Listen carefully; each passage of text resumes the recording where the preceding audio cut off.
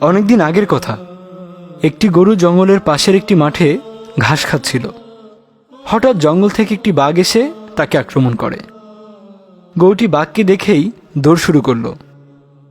অনেকক্ষণ দৌড়ানোর পর গরুটি হাঁপিয়ে উঠল। বাঘের সাথে দৌড়ে তো গরুর পেরে ওঠার কথাও না, তাই আর কোনো উপায় না পেয়ে পুকুরে ঝাঁপ দিল। কিন্তু পুকুরটি ছিল শুকনা, যার ফলে সেখানে কাদা ছাড়া কোনো পানি ছিল না। গরুর পেছন পেছন বাঘটিও ঝাঁপ দিল। বাঘ ও গরু কাদায় গলা পর্যন্ত আটকে গেল। বাঘ রেগে মেগে বলল, কিরে হারামি, তুই আর লাফ দেওয়ার জায়গা পেলি না? ডাঙায় থাকলে তোকে না হয় একটু কুড়মুড় করে খেতাম, এখন তো দুজনেই মরব রে। গরু হেসে বলল, তোমার কি মালিক আছে? বাঘ রেগে বলল, বেটা, আমি হলাম বনের রাজা, আমার আবার মালিক কিরে? আমি নিজেই তো বনের মালিক। গরু তখন মৃদু হেসে বলে, তুমি এখানেই দুর্বল, একটু পর আমার মালিক আসবে, এসে আমাকে এখান থেকে তুলে নিয়ে যাবে আর তোমাকে পিটিয়ে মারবে। বাঘ বড় বড় চোখ করে তাকিয়ে রইল। সন্ধ্যাবেলায় গরুটির মালিক গরুটিকে খুঁজতে বের হলো।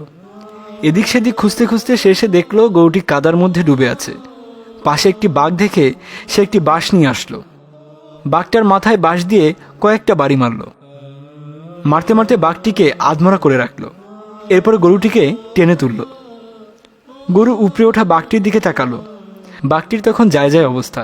একটু আগেও যে গরুটির পিছনে পাগলের মতো দৌড়েছে, নিজেকে বনের মালিক বলে বড়াই করেছে, এখন তার কি করুণ দশা।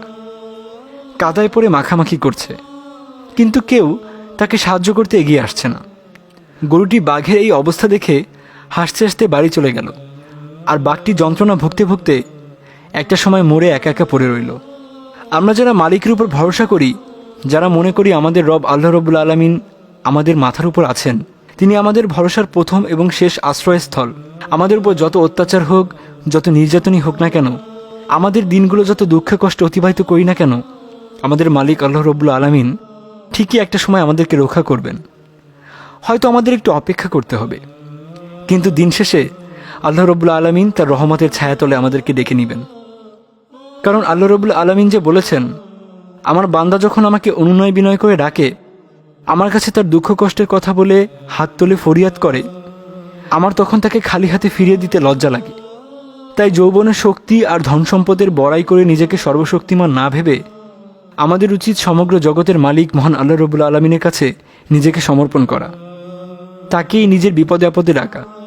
আল্লাহ আমাদের সবাইকে যেভাবে ডাকলে তিনি সাড়া দেন, সেভাবে ডাকার তৌফিক দান করুন। আমিন।